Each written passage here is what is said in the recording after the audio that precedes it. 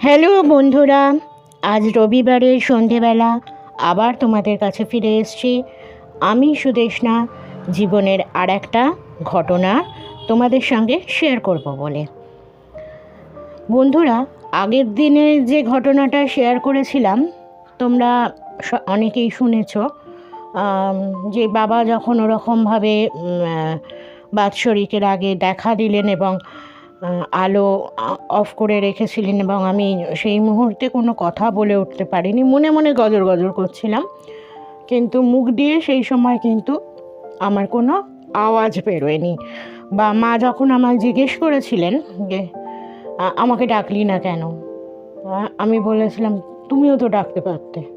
আগের দিনের ভিডিওতে ঘটনাটা আমি তোমাদের সঙ্গে শেয়ার করেছিলাম। আর আজকে যে ঘটনাটা শেয়ার করতে চলেছি সেটা মানে ওই রকম কিছু, যখন এই অশরীরীরা কিছু জানাতে চায় বা বলতে চায়, আমার পরে বদ্ধমূল ধারণা হয়েছে যে সেই সময় ওরা মুখ দিয়ে কথা বলতে দেয় না, কথা আটকে দেয়। আজকে আমার স্কুল লাইফের একটা ঘটনা তোমাদের সঙ্গে শেয়ার করতে চলেছি। আচ্ছা, যে সময়টার ঘটনা, তখন আমাদের হায়ার সেকেন্ডারি হয়নি, মানে ওই 1997 ঘটনা। চড়ক মেলা আমরা সবাই জানি, চৈত্র সংক্রান্তি মানে চৈত্র মাসের শেষ দিন অনেক জায়গায় চড়কের মেলা বসে। তা বেলঘরিয়ার বাড়ির ডেসক্রিপশান তো তোমাদের দিয়েইছিলাম, তোমরা অনেকেই জানো। যারা নতুন আমার পরিবারে যুক্ত হয়েছো বা হয়েছেন তারা জানেন না, তাদের জন্য একটু শর্ট করে আমি ডেসক্রিপশানটা বাড়ির দিয়ে দিচ্ছি। বাড়িটা ছিল কি বলে, 3 মহলা নয়, মানে একটা সামনে বিরাট সদর দরজা, দুদিকে থামলা, তার ভেতর দিয়ে প্রথম বিল্ডিংটা দোতলা, তার মাঝখানে আর একটা দোতলা বিল্ডিং, একদম শেষে আর একটা দোতলা বিল্ডিং। প্রথমটা জেঠুর, মাঝেরটা বাবার, আর শেষেরটা ছোটো কাকার। এবং পেছনে আবার একটা পুকুর পাড়ের দরজা ছিল, এবং ওই ছোটো কাকার বাড়ির পেছন দিয়ে আর কি, মানে ওখান দিয়ে একটা দরজা যেখানে বেরোনো যেত, ওই গলির সামনে দিয়ে পুকুর ছিল আমাদের, পুকুর, কুলতলা এইসব ছিল। আর ওখান দিয়ে বেরিয়ে এলেই আমাদের খামার ঘর, ওই হাঁস মুরগি থাকা, গরু থাকা, তারপর নিচে ভাড়াতে দেওয়া থাকতো আর কি, সব তলাতেই নিচে ভাড়া দেওয়া থাকতো, মানে বাড়ি একদম গম গম করতো। তা সেই বাড়ি একটা দরজার মধ্যে দিয়ে আর একটা দরজায় যাতায়াত করা যেত। এটা আমি ডেসক্রিপশানটা আবারও দিলাম, নতুন যারা আমার চ্যানেলে যুক্ত হয়েছে, আমার এক্সটেন্ডেড ফ্যামিলিতে এসছেন তাদের জন্য। এবার বাড়ির বাইরেটা কীরকম ছিল, আমাদের সদর দরজা দিয়ে বেরোলেই ডান দিকে ছিল সেই সময় একটি কংগ্রেসের পার্টি অফিস। ওই জায়গাগুলো আমাদের ছিল, এবং সামনে একটা বড় নাট মন্দির ছিল ডান দিকে, আর বাঁ দিকে ছিল চাতাল। ওই চাতালে বাজার বসতো। আর চৈত্র সংক্রান্তির দিন ওই চাতালের মধ্যেই বসতো চড়কের মেলা। পরে ওই চাতালটা আর কি পার্ক তৈরি করা হয়েছিল, এখন ওখানে একটা পার্ক আছে। তো সেই চড়কের মেলা যখন বসেছে 1997-এ, আমাদের টেস্ট পরীক্ষা, তখন টেস্টের আগে, মানে টেস্টের অনেকটাই আগে মেলার ঘটনাটা বলছি। তো সেই সময় কি হয়েছিল, টেস্ট তো হয়েছিল শীতকালে আমাদের ডিসেম্বরে, 1 ডিসেম্বর থেকে, আর এটা হচ্ছে চৈত্র সংক্রান্তির দিনের ঘটনা। তখন আমাদের কিছু একটা পরীক্ষা চলছিল, এবং যথারীতি একটা সময় এসেছিল আমার, মানে পড়তে পড়তে বাড়িতে একটা ওই যে জনবহুল ব্যাপারটা ছিল সেটা আস্তে আস্তে অন্তর্হিত হয়। এরকম আসে, নিচের ভাড়াটেরা যে যার উঠে যায় চলে যায়, তারা নিজেদের বাড়ি তৈরি করে বা অন্য জায়গায় শিফট হয়ে যায়, নিচের পোর্শনটা পুরোপুরি ফাঁকা হয়ে যায়। আর ওপরে তখন আমরা থাকতাম এবং মাঝখানে একটা দরজা দেয়া থাকতো জেঠুদের দিকে, গেলে দরজা অনেক সময় খোলাও থাকতো, এই বাড়ি ও বাড়ি আমরা করতাম, কিন্তু সামনের দিক দিয়ে সিঁড়ি ছিল, ওই দিক দিয়ে আবার ঘুরে যেতে হতো। তো এইরকম যখন পরিস্থিতি, বাড়ির লোকজন প্রায় কমে এসেছে, তখন আমার নানা রকম পরীক্ষা চলতোই। আস্তে আস্তে একা থাকতে থাকতে আমার মধ্যে একটা পরীক্ষা ভীতি তৈরি হয়েছিল। অনেক ছেলেমেয়ের মধ্যেই এরকম হয় যে যারা প্রচুর লোকজনের মধ্যে থেকে বড় হতে হতে হঠাৎ একটা সময় আসে হয়তো যে একটা ডিপ্রেশনে চলে যায় বা একটা ভীতি নানা রকম কাজ করে। তো এরকমভাবেই আমার মধ্যেও সেই সময় একটা ফোবিয়া তৈরি হয়েছিল, এক্সাম ফোবিয়া বলাই যেতে পারে। তো সেই আমি আর কি ভীষণ টেনশন করতাম পরীক্ষার আগে, কি হবে কি হবে, যদি এইটা না পারি, যদি ওইটা না পারি, এরকম সরি। তো এরকম একটা পরীক্ষা তখন চলছে। আমাদের 4th সাবজেক্ট ছিল, যেহেতু আমি আর্টস নিয়ে সেই সময় পড়েছিলাম, আমার অ্যাডিশনাল সাবজেক্ট ছিল এডুকেশন। তা ওই মেলাটা হচ্ছে এবং সেটা খুব সম্ভবত হয়তো রবিবার পড়েছিল, কারণ সোমবারে পরীক্ষা ছিল, পরের দিন একটা পরীক্ষা ছিল। বা অনেক সময় হয় না পরীক্ষার মাঝখানে ছুটি থাকে, একদিন ছুটি থাকলো, ও না সরি, পরের দিন পরীক্ষা থাকবে কি করে, ভুল বললাম, পরের দিন তো পয়লা বৈশাখ, না পরের দিন ছুটি ছিল, চড়কের মেলা, পরের দিন পয়লা বৈশাখ, তারপরের দিন বোধহয় পরীক্ষাটা ছিল।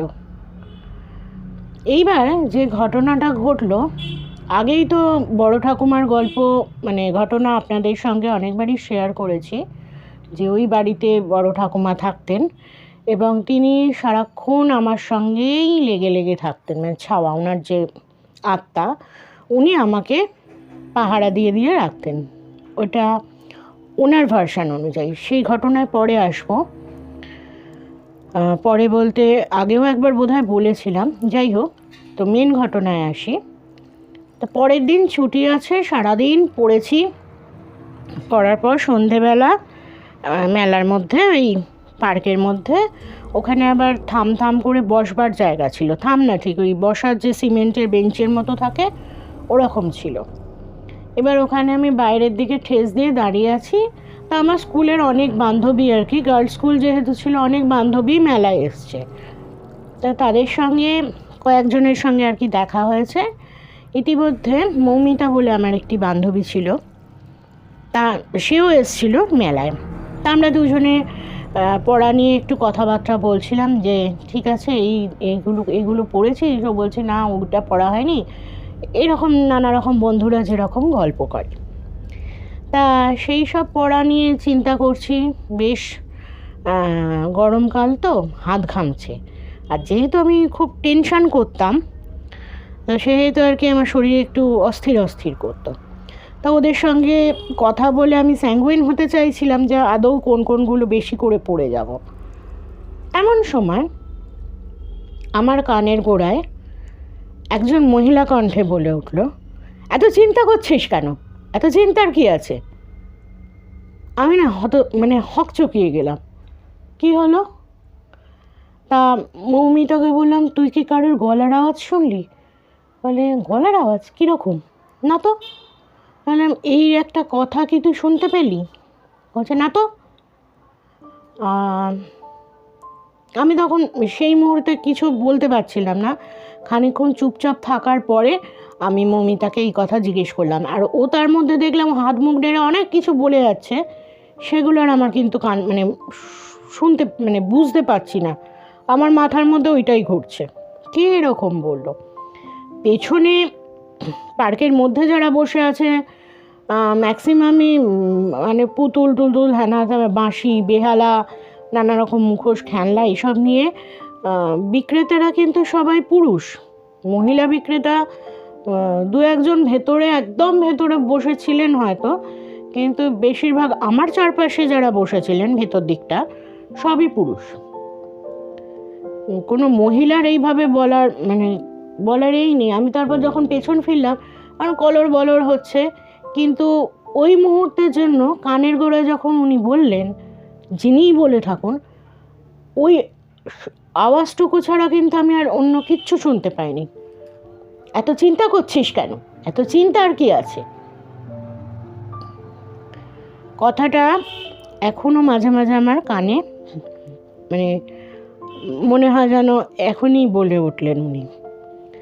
তো যেটা আমার মনে হয় যে ওরা যদি কাউকে জানান দিতে চায় বা কিছু বলতে চায়, সে ছাড়া আর কেউ এই কথা শুনতে পায় না।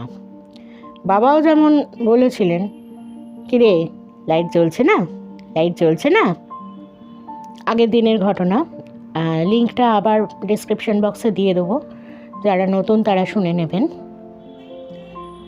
এরকমই ইনিও যে বললেন, এত চিন্তা করছিস কেন, এত চিন্তার কি আছে? না, এ কথা অন্য কেউ আমার আশেপাশে শুনতে পায়নি। এমনকি আমার পাশে কিন্তু আমার মাও দাঁড়িয়েছিলেন, তিনিও শুনতে পাননি। আমি পরে বাড়ি এসে যখন মাকে বললাম, তখন খানিকক্ষণ উনি আমার দিকে তাকিয়ে বললেন, কেউ তো ওখানে আর ছিল না। তখন আমরা চাওয়াচাই করছিলাম, তাহলে কি বড় ঠাকুমা? হতেই পারে। অ্যাকচুয়ালি আমি যেটা পরে শুনেছি, যে তান্ত্রিক দাদাভাই আমাকে বাঁচিয়েছিলেন, তিনি বলেছিলেন ওরা যাকে শোনাতে চায় সে ছাড়া কেউ শুনতে পায় না, সে ছাড়া কেউ দেখতে পায় না। আর আমি যে এত ঘটনা আমার জীবনে ঘটেছে, অনেকেরই প্রশ্ন জাগতে পারে আমার সাথেই কেন। এই প্রশ্নটা কিন্তু আমারও, আমার সাথেই কেন? আমার রাশি কিন্তু যথেষ্ট স্ট্রং, একেবারেই হালকা রাশি নয়। কিন্তু এদের আমি প্রত্যক্ষ ফিল করতে পারতাম, এবং দু একবার যে চাক্ষুষ করিনি তা নয়, চাক্ষুষ তো করেইছিলাম। প্রথম যে ঘটনাটা একদম প্রথমে ছিল, তা এই ছিল আমার আজকের দিনের ঘটনা। আর একদম প্রথমে বলেছিলাম সিঁড়ি দিয়ে একজন উঠে আসছে, একটি বাচ্চা ছেলে, বা পরে আরও একটি ঘটনা শেয়ার করব।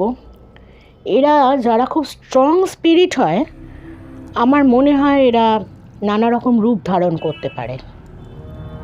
হ্যাঁ, এটা কিন্তু আমার বাস্তব অভিজ্ঞতা। এরা আমি দেখেছি, আমার বাবা মাও দেখেছে, এরা কিন্তু রূপ ধারণ করতে পারে। তো আপনাদের এই বিষয়ে কি মতামত অবশ্যই জানাবেন। আর বারবার করে যে রিকোয়েস্টটা করি, আপনাদের জীবনেও যদি এরকম কোনো ঘটনা দৈবিক হোক অলৌকিক হোক থেকে থাকে, বা আপনাদের পরিচিত কারোর যদি থেকে থাকে, আমার সঙ্গে শেয়ার করবেন। ডেসক্রিপশন বক্সে আমার মেল আইডি দেওয়াই থাকে, হোয়াটসঅ্যাপ নাম্বারও দেওয়া থাকে। আপনারা ভয়েস রেকর্ড করেও পাঠাতে পারেন বা লিখেও পাঠাতে পারেন।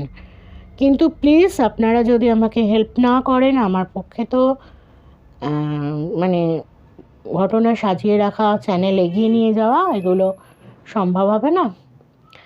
আমি যথাসাধ্য চেষ্টা করি আরও অন্যের মুখ থেকে ঘটনা শুনে বা কালেক্ট করে আপনাদের কাছে শেয়ার করার। আপনারাও প্লিজ আমাকে হেল্প করবেন, এটা আমি আশা করতেই পারি। আর আমার ফ্যামিলিতে, এক্সটেন্ডেড ফ্যামিলিতে যারা আরও নতুন অ্যাড হয়েছেন, তাদের সবাইকে স্বাগত আবার জানাই। আর সবাই ভালো থাকুন, সুস্থ থাকুন, এবং এই ভুতুড়ে পরিবারে সবাই একসঙ্গে থাকুন। আজ এই পর্যন্তই। পরের রবিবার আবার আপনাদের সঙ্গে নতুন একটি ঘটনা নিয়ে চলে আসব। আমি সুদেষ্ণা। আজ বাই।